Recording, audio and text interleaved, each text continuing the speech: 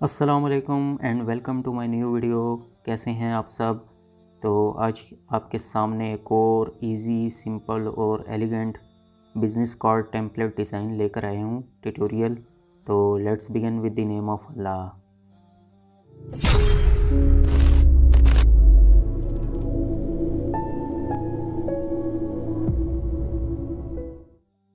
जी तो friends, control N करके new file ले लेते हैं और यहाँ से ये आप देख सकते हैं, ये मैंने रीसेंट फाइल में से अपनी फ़ाइल सेलेक्ट कर ली है। और सबसे पहले रेक्टेंगल लेकर एक रेक्टेंगल ड्रा कर लेते हैं और इसको ब्लैक कलर दे देते हैं, स्ट्रोक को ऑफ कर देते हैं। और इस तरह से आपने इसको एडजस्ट करने के बाद इसकी लेयर को लॉक कर देना है।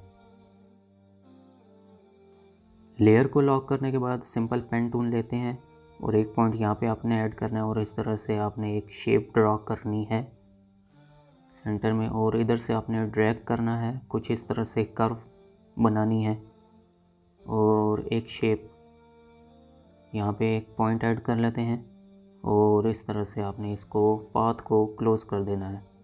तो ये एक शेप हमारी कंप्लीट हो जाएगी। और इसके अंदर मैं कोई कलर दे देता हूँ, रैंडम कलर कोई ऐड कर लेते हैं।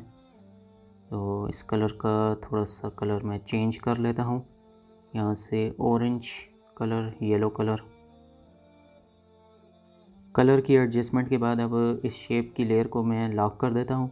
तो सिंपली लेयर्स पैनल में जाके इसकी शेप की लेयर को लॉक कर दिया है। और इसके बाद अब मैंने अपना डैश लाइंस, जैसे कि आपने स्टार्ट में देखा था डिज़ाइन में, तो उसके लिए मैं सबसे पहले लाइन टूल ले लेता हूँ। इस साइड पे हमें डैश लाइंस चाहिए, तो लाइन टूल से मैं पहले अपना डैश लाइंस क्रिएट कर लेता हूँ। याद रहे कि इनमें फिल ऑफ रहना चाहिए और सिर्फ स्ट्रोक को आपने एनेबल रखना है। और स्ट्रोक की वैल्यू आप एडजस्ट कर लीजिए जो आपको बेहतर लगे।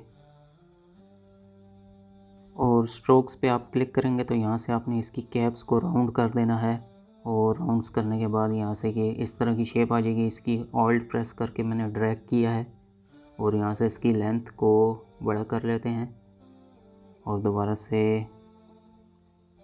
इसको ऑल्ट प्रेस करके मैं ड्रैग कर रहा हूँ और आप अपना गैप एडजस्ट कर लीजिए।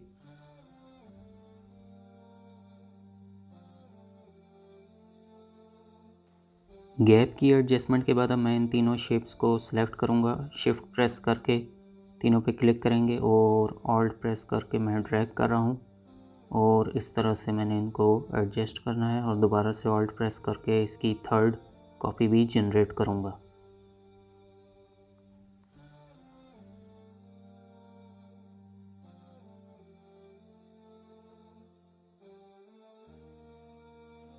अब इन तीनों लेयर्स को मैंने सेलेक्ट कर लिया और इन तीनों लेयर्स को मैंने ग्रुप कर दिया है और ग्रुप करने के बाद ऑल्ट प्रेस करके इसकी दोबारा एक कॉपी बना रहा हूँ और इस तरह से मैं इसको एडजस्ट कर रहा हूँ और इन दोनों लेयर्स को सिलेक्ट कर लेते हैं और आप पाथ फाइंडर के ऑप्शंस में जाके इनको यूनाइट कर दीजिए और यहाँ से आपको पाथ फाइंडर का ऑप्शन मिल जाएगा विंडो में जाके। ये आपको पाथ फाइंडर नज़र आ रहा है और ये यूनाइट कर दें। अब ये एरर दे रहा है क्योंकि हमने अपनी जो शेप्स थी उनको एक्सपेंड नहीं किया। तो सबसे पहले ऑब्जेक्ट में जाके एक्सपेंड कर दीजिए और अब इनको यूनाइट कर देते हैं। दोनों को सिलेक्ट कीजिए और यूनाइट करने के बाद सिंपली आपने इनको ड्रैग करना है और लेके जाना है ब्रश के पैनल में, ब्रशेस के पैनल में, और यहाँ से आर्ट ब्रश सेलेक्ट करके ओके कर दीजिए और बाकी वैल्यूज़ को सेम रहने दीजिए। और आप चाहें तो यहाँ से कलर का शेड वगैरह दे सकते हैं, टिंट्स या ह्यू। तो मैं यहाँ से ह्यू पे रखूँगा, ह्यू शिफ्ट, और ओके कर देते हैं। तो ये हमारा ब्रश क्रिएट हो चुका है। और अब सिंपली हमने इधर एक पाथ क्रिएट करना है, एस टाइप का पाथ, जिस पे हम ये अपना ब्रश अप्लाई करेंगे। तो पेन टूल ले लेते हैं, दोबारा पेन टूल आपने ले लेना है और सिंपली आपने इस तरह से एक पाथ क्रिएट करना है, शेप नहीं क्रिएट करनी, सिर्फ पाथ हमें चाहिए। और यहाँ पे अब मैं एस्केप दबाऊंगा तो ये लाइन स्टॉप हो जाएगी पेन टूल की। स्ट्रोक एनेबल रखिए। स्ट्रोक का कलर मैं ये दे देता हूँ। कलर देने के बाद आप सिंपली ब्रश के पैनल में जाते हैं और यहाँ से हम अपने ब्रश जो हमने क्रिएट किया है उस पर क्लिक करते हैं और आप अब इसका स्ट्रोक सेट कर लेते हैं। स्ट्रोक की विड्थ कम कर लेते हैं और यहाँ से आप इसका यूनिफॉर्म के अलावा कोई और भी चेंज कर सकते हैं। तो यहाँ से स्ट्रोक आपको जैसा बेहतर लगे आप दे सकते हैं अपने डिज़ाइन के हिसाब से। अब इसी तरह मैं इसकी एक ऑल्ट प्रेस करके कॉपी जनरेट कर रहा हूँ और उसको इधर एडजस्ट कर लिया है। दोबारा इसकी एक कॉपी जनरेट करते हैं और इस कॉपी को मैं ब्लैक कलर दे रहा हूँ। तो यहाँ से ये मैंने ब्लैक कलर सेलेक्ट किया है। कुछ इस तरह से ये हमारा डिज़ाइन क्रिएट हो चुका है। तीनों लेयर्स को सिलेक्ट कीजिए और इनको भी ग्रुप कर देते हैं और लेयर्स पैनल में जाने के बाद इनको भी लॉक कर दिया। अब आ जाते हैं नेक्स्ट स्टेप की तरफ। नेक्स्ट स्टेप में सिंपली आपने जो अपना लोगो है, जो भी आपके ब्रांड का और नेम वगैरह, वो आप ऐड कर सकते हैं, स्लोगन टाइप। तो सिंपली मैं यहाँ से ये लोगो ड्रैग कर रहा हूँ और इस लोगो का साइज़ एडजस्ट कर लेते हैं।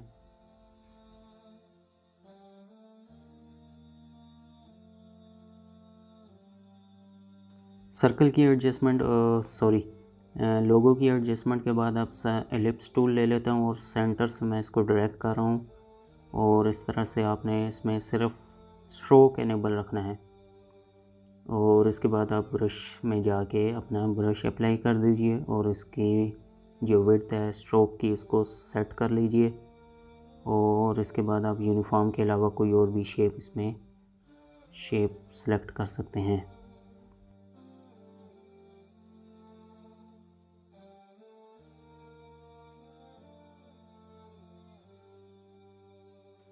एडजस्टमेंट के बाद आपने इन शेप्स को, इस शेप को, सर्कल को सिलेक्ट रखना है और ट्रांसपेरेंसी में जाने के बाद क्या आप ब्लेंडिंग ऑप्शन भी चेंज कर सकते हैं।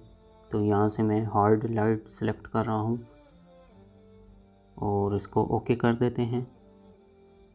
इसके बाद सिंपली ब्रांड नेम और स्लोगन वगैरह वो आप जो भी देना चाहें वो आप दे सकते हैं।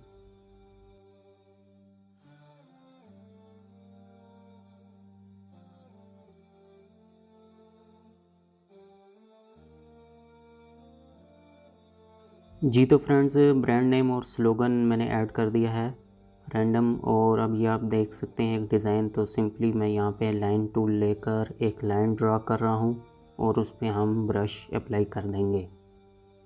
तो ये लाइन ड्रा हो गई है और इसमें मैं स्ट्रोक एनेबल करके सिंपली ब्रश के पैनल में जाके यहाँ से ब्रश अप्लाई कर दिया है और आप अपने यहाँ से स्ट्रोक की विड्थ को सेट करके उसको यूनिफॉर्म के अलावा कोई और शेप में कन्वर्ट कर सकते हैं इजीली। तो ये हमारा डिज़ाइन रेडी है। हमारी जो है कार्ड की लेफ़्ट साइड रेडी हो चुकी है और राइट साइड पे आप सिंपली जो भी डिटेल्स, कॉन्टैक्ट डिटेल्स देना चाहें वो आप ऐड कर सकते हैं और इन सबको ग्रुप कर देते हैं। और सिंपली अभी मैं राइट साइड पे वही डिटेल्स यहाँ से ड्रैग एंड ड्रॉप कर रहा हूँ। यहाँ से ड्रैग करेंगे, दूसरी फाइल पे मैं कॉपी कर रहा हूँ क्योंकि ये सिंपल डिटेल्स हैं। जैसे कि हमने लोगो पे सर्कल ड्रॉ किया है तो वही सेम प्रोसेस है जो आप इस पे कर सकते हैं।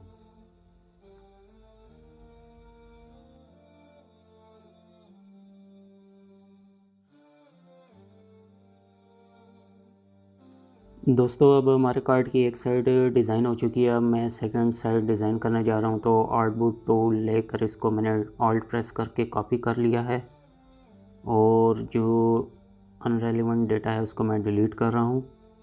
इसमें से इसको अनग्रुप कर लेते हैं और ये भी मुझे नीचे की ओर इस दोनों को डिलीट कर दिया। इन सबको ग्रुप कर लेते हैं। ग्रुप करने के बाद अब मैं सिंपली रेक्टेंगल टूल ले रहा हूँ और रेक्टेंगल ड्रा करके उसको ब्लैक कलर दे देते हैं, जो भी आप कलर देना चाहें। तो यहाँ से मैं इसको एडजस्ट करने के बाद इसमें ब्लैक कलर ऐड कर रहा हूँ और इसको सेंड टू बैक कर देते हैं। इसके बाद आपने इसको लोगो को एडजस्ट कर लेना है। सेंटर में आर्टबोर्ड टूल के और पेन टूल लेने के बाद एक शेप ड्रा कर रहा हूँ। एक पॉइंट आपने यहाँ पे ऐड करना है और इस तरह से आपने एक कर्व बनानी है कुछ इस टाइप की, और इस तरह से आपने इसको शेप को क्लोज करना है। ये हमारी शेप रेडी हो चुकी है और इसको थोड़ा सा एडजस्ट कर लेते हैं। और इसके बाद मैं इसमें वही कलर ऐड कर रहा हूँ, येलो। तो यहाँ से मैं कलर पिकर लेके ये येलो कलर ऐड कर दिया है।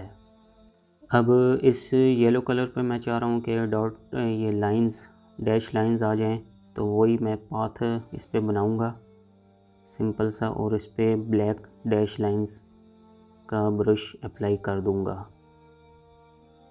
याद रहे कि आपने फिल को ऑफ रखना है और सिर्फ स्ट्रोक इनेबल रहना चाहिए। और पाथ को एडजस्ट करने के बाद सिंपली ब्रश के पैनल में जाएंगे और इस पे ब्रश अप्लाई कर देंगे।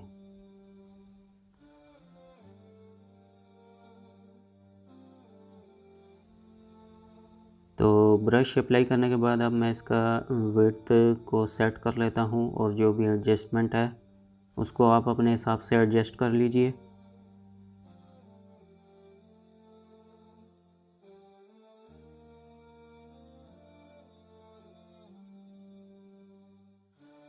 जी तो फ्रेंड्स, लोगो और डिज़ाइन की एडजस्टमेंट हो चुकी है, ऑलमोस्ट डन।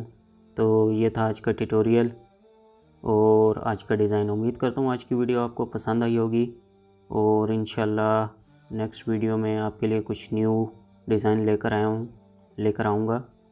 तो मिलते हैं नेक्स्ट वीडियो में कुछ न्यू टिप्स एंड ट्रिक्स के साथ। तब तक के लिए अपना ख्याल रखिए। अल्लाह हाफिज़।